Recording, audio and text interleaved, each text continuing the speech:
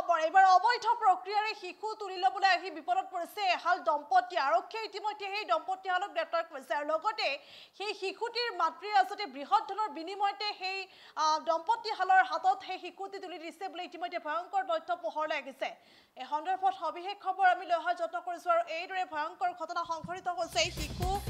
অবৈধ প্ৰক্ৰিয়াৰে শিশু তুলি ল'বলৈ গৈ বিপদত পৰিছে এহাল দম্পতি পুনৰলৈ কৈছোঁ অবৈধ প্ৰক্ৰিয়াৰে শিশু তুলি ল'বলৈ গৈছিল আৰু তেনে সময়ছোৱাতে এতিয়া ৰঙাঘৰৰ আলহী হ'বলগীয়া হৈছে এহাল দম্পতি আনহাতে সেই শিশুটিৰ মাতৃৰ বিৰুদ্ধে উঠিছে ভয়ংকৰ অভিযোগ যে স্বামীৰ অজ্ঞাতে নৱজাতকক ধনৰ বিনিময়তে মাতৃয়ে বিক্ৰী কৰিছে সেই ভয়ংকৰ অভিযোগ এতিয়া উত্থাপন হৈছে আৰু শিশু তুলি লোৱা দম্পতি প্ৰবাল দাস আৰু মৌচুমী মল্লিকক ইতিমধ্যে আৰক্ষীয়ে গ্ৰেপ্তাৰ কৰি জেল হাজতলৈ প্ৰেৰণ কৰিছে বুলি জানিব পৰা গৈছে আৰু ভয়ংকৰ ঘটনা এতিয়া পোহৰলৈ আহিছে পুনৰলৈ কৈছোঁ এক ভয়ংকৰ এক চাঞ্চল্যকৰ ঘটনা সংঘটিত হৈছে ২৬ জুলাইত লখিমপুৰৰ দাস মাল্টি স্পেচিয়েলিটি হাস্পতালত জন্মগ্ৰহণ কৰিছিল এটি শিশু আৰু সেই শিশুটিৰ জন্মৰ ৩ দিন পাছতেই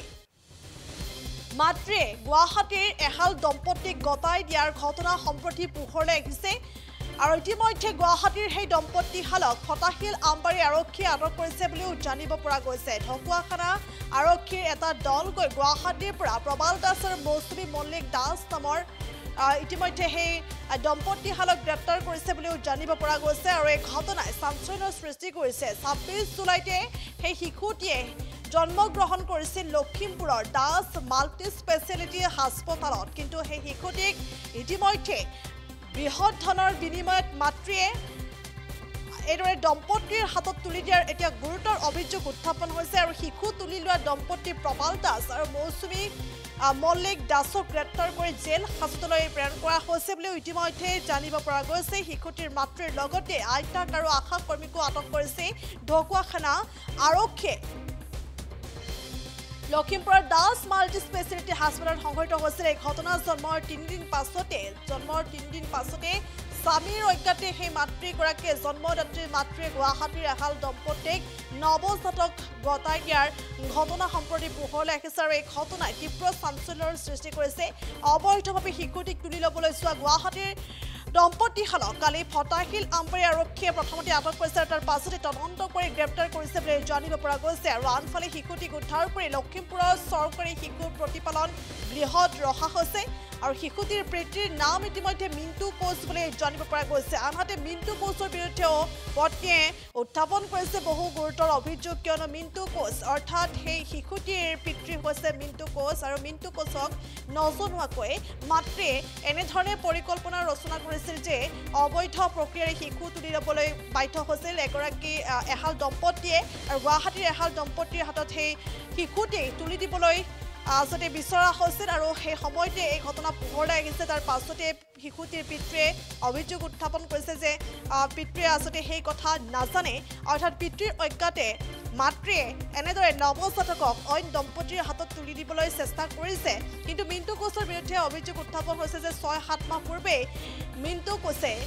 পত্নীক শাৰীৰিক মানসিকভাৱে অত্যাচাৰ কৰি ঘৰৰ পৰা খেদি দিছিল আৰু সেই অভিযোগো এতিয়া উত্থাপন হৈছে সমান্তৰালকৈ আৰু সমগ্ৰ ঘটনা সন্দৰ্ভত ইতিমধ্যে আৰক্ষীয়ে তদন্ত অব্যাহত ৰাখিছে আৰু সম্প্ৰতি আৰক্ষীয়ে আসতে তদন্ত অব্যাহত ৰাখিছে সোধা পোছা অব্যাহত ৰাখিছে মাতৃ আৰু আইতাক লগতে আশা কৰ্মীকক সোধা পোছা অব্যাহত ৰাখিছে বুলি জানিব পৰা গৈছে আৰু এই ঘটনাই চাঞ্চল্যৰ সৃষ্টি কৰিছে লখিমপুৰৰ দাস মাল্টি স্পেচিয়েলিটি হাস্পতালত সংঘটিত হৈছে এই চাঞ্চল্যকৰ ঘটনা এই মুহূৰ্তত কিছু মন্তব্য আছে আগবঢ়াইছোঁ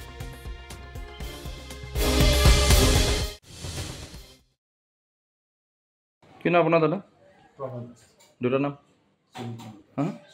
সুবল চন্দ্ৰ দাস এখেতৰ আপোনাৰ ৱাইফ হয় আপোনাৰ ৱাইফ হয় হয় মোৰ কি নাম মৌচুমী দাস বেবীটো কিমান দিন হৈছে জন্ম হোৱা 8 দিন হৈছে ক'ত জন্ম হৈছে লখিমপুৰ কেতিয়া আহিলে আপোনালোকে ইয়ালৈ আমি মঙ্গলবাৰ দিনত আহিছোঁ আহিছে কিহত আহিছে গাড়ী আপোনাৰ নিজৰ গাড়ী নাই ভাড়া গাড়ী কোন হস্পিটেলত হৈছে দাস মাল্টি স্পেশালিটি হস্পিটাল আচ্ছা কিবা ডকুমেণ্টছ তাৰপৰা ৰিলিজ দিয়া ডকুমেণ্টছ মাকৰ ওচৰত কাৰ মাকৰ ওচৰত যাৰ পৰা দিছে বেবী কামত সেইটো কওক আপুনি বেবীটোতো আপোনালোকে নহয় লোৱা নাই যাৰ পৰা দিছে তাৰ মাকৰ ওচৰত আছে ডকুমেণ্টছ বেলেগৰ পৰা আপোনালোকে কি এডপ্ট কৰিছে এডপ্ট কৰিছিলে এটা কাগজত লিখাই দিছে কি কোনে লিখিছে মানে কোনে ক'ৰ পৰা বস্তুটো অথৰাইজ কোনে কৰিলে তাৰ মাকে মানে ষ্টাম্প পেপাৰত লিখি দিছে বাৰু তাৰ মাকে ষ্টাম্প পেপাৰত লিখি দিছে ষ্টেম্প পেপাৰত মাকে লিখি দিছে মানে আপোনালোকে কোনো অফিচিয়েল প্ৰচিডিউৰ একো ফ'ল' কৰা নাই আচ্ছা 4 দিন হ'লে আমি আহি পাইছোঁ মানে মাকে লিখি দিছে যে মানে হাজবেণ্ড হেৰি নাই এৰি দিছে তো মানে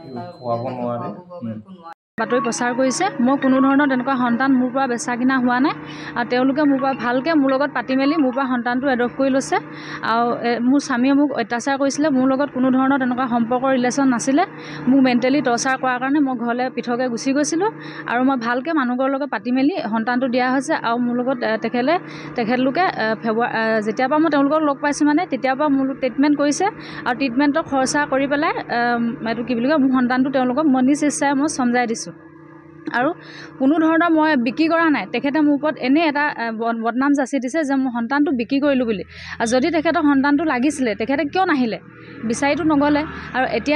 তেতিয়া গম পালে তেওঁ যে সন্তানটো মই এনেকৈ হেৰি কৰিলোঁ বুলি তেতিয়া মোৰ ওপৰত ইমানখিনি গৈ মিডিয়াত এনেকৈ দি পেলাই সেইটো এটা মোক বদনাম জাপি দিয়া হৈছে কিন্তু মই কোনো ধৰণৰ তেনেকুৱা মই হেৰি কৰা নাই বিক্ৰী কৰা নাই আজি ইনভেষ্টিগেশ্যন চলাই চাহেতে পাইছে সন্তানটো তেওঁ লৈ লওক ক'বলগীয়া নাই যিখিনি টকা পইচা ভৰণ পোষণ দিছিলে মোক তেওঁলোকে সেইখিনি সমজাই দায়িত্ব লৈ দি দিয়ক মোক ক'বলগীয়া নাই আপুনি পৰিয়ালৰ পৰা কিমান দিন বিচ্ছিন্ন হৈছে স্বামীৰ পৰা মই ফেব্ৰুৱাৰী মাহৰ পৰা আমাৰ কোনো কানেকশ্যন নাই তেতিয়া মোক তেওঁ বহুত মেণ্টেলি হাৰেছমেণ্ট আৰু মোৰ গৰ্ভত সন্তানটো থিতাপি লোৱাৰ পাছতে তেওঁ মোক হেৰি কৰিছিলে মাৰিছিলে পেটতে সন্তানটো নষ্ট কৰিবলৈ চেষ্টা কৰিছিলে মাৰিছিলে ইয়াতে মোৰ থানাতে মোক কেছ দিয়া হৈছিলে আৰু কেছ দি তেতিয়া গুচি যোৱা হৈছিলে তেতিয়া তেওঁ মোক কৈছে যে থানাত এনেকৈ কৈছে যে তোমাৰ যি মনস্যা তোৰ যি মনস্যা তই তাকে কৰ সেইবুলি তেওঁ মোক কৈছিলে আৰু ইমান এনেকৈ কোৱাৰ কাৰণেহে মই আচলতে মই এতিয়া ঘৰত থাকিলেও মই সন্তানটো কেনেকৈ মই চাম কি কৰিম অকলে মা হৈছে বেমাৰী মানুহ আৰু দাদাহঁত থাকে বাহিৰত ইমানখিনি আৰু যদি তেওঁলোকে সেই মানুহকেইহাল মোৰ কাৰণে ভগৱান যদি তেওঁলোকে মোক নবচালেহেঁতেন মই আজি মৰিলোহেঁতেন মোৰ পেটত সন্তানটো অলৰেডি মানে কি হেৰি পাক খাই গ'ল আৰু পানী ঘোদা হৈ গ'ল আৰু যিদিনা গৈছোঁ মোৰ সেইদিনা ইমাৰ্জেঞ্চি এডমিট হৈছে আৰু হয়তো সেই মানুহহালে মোৰ জীৱনটো আৰু ছোৱালীজনী ৰক্ষা কৰিলে সেইটো মই ভয় লাগিছিলে সেইটো মই ছাৰৰ ওচৰত মই ক্ষমা বিচাৰিছোঁ কাৰণ কেলৈ যেতিয়া মই কি ক'ম কি নক'ম যেতিয়া মানে তেওঁলোক গ'ল তেতিয়াতো মই হতবাক হ'লোঁ ন মই এতিয়া কি কৰিম উপায় নাই মই এনেকুৱাখিনি অৱস্থা পাই মই এইটো তেওঁৰ কাৰণেতো এতিয়া ইমানখিনি হ'ল তেওঁ সিমানখিনি পৰিস্থিতি কৰাৰ কাৰণে মই এইটো কৰিবলগীয়া হ'ল আৰু সঁচা কথা এনেও ওলাবই আৰু তেওঁলোকে পালে সন্তানটো লৈ লওক তেওঁ সমজি মোক ক'বলগীয়া নাই কিন্তু এইবোৰ টকাৰ লেনদেন টকাৰ লগত ক্ষেত্ৰত বিক্ৰী কৰিছোঁ বুলি সেইষাৰ তেওঁ ক'ব নালাগে যিমান যি হ'লেও এতিয়া সুধি ল'ব টকা লৈছোঁ না ওলাব নহয় বিক্ৰী মই নাই কৰা একেবাৰে নাই কৰা সম্পূৰ্ণ খৰচ বহন কৰিছে আৰু ধুনীয়াকৈ দিছিলোঁ মই লিখাপত্ৰ তেনেকৈ আমাৰ একো হোৱা নাই ভালকৈ আমি পাতি মেলি লোৱা হৈছে আৰু তেওঁলোকেও মোৰ পৰা লৈছে কিন্তু সেই তাৰ বিনিময়ত যিমান খৰচ পাতি চিজনত যিমান টকা মানে মেডিকেল তেওঁলোকে চব কৰাইছে 26 তাৰিখে 26 জুলাই তেখেতলোকে মোক তাত ৰিলিজ 3 দিন ৰাখিছে ন 29 তাৰিখ মানে হয়তো সম্ভৱ মই পঢ়ি আছোঁ মোক স্বাস্থ্য বেয়া গতিকে মই ইমান হেৰি তাৰিখটো সেই সিমানে 29 তাৰিখে এতিয়া মই ন্যায়টো শুদ্ধটোতো এনেও ওলাবই শুদ্ধটোতো তেওঁলোকে উলিয়ালে সন্তানটো ওলাই পেলাই তেওঁলোকে সমজি লৈ লওক আৰু আমিও ন্যায় পাব লাগে গতিকে ইমানটো সমস্যাত যেনেকৈ ওলালে চব সেইটোৱে আৰু কি ক'ম যিকোনো খবৰৰ বাবে যোগাযোগ কৰক 7099017330 লগতে 7099017110 নম্বৰত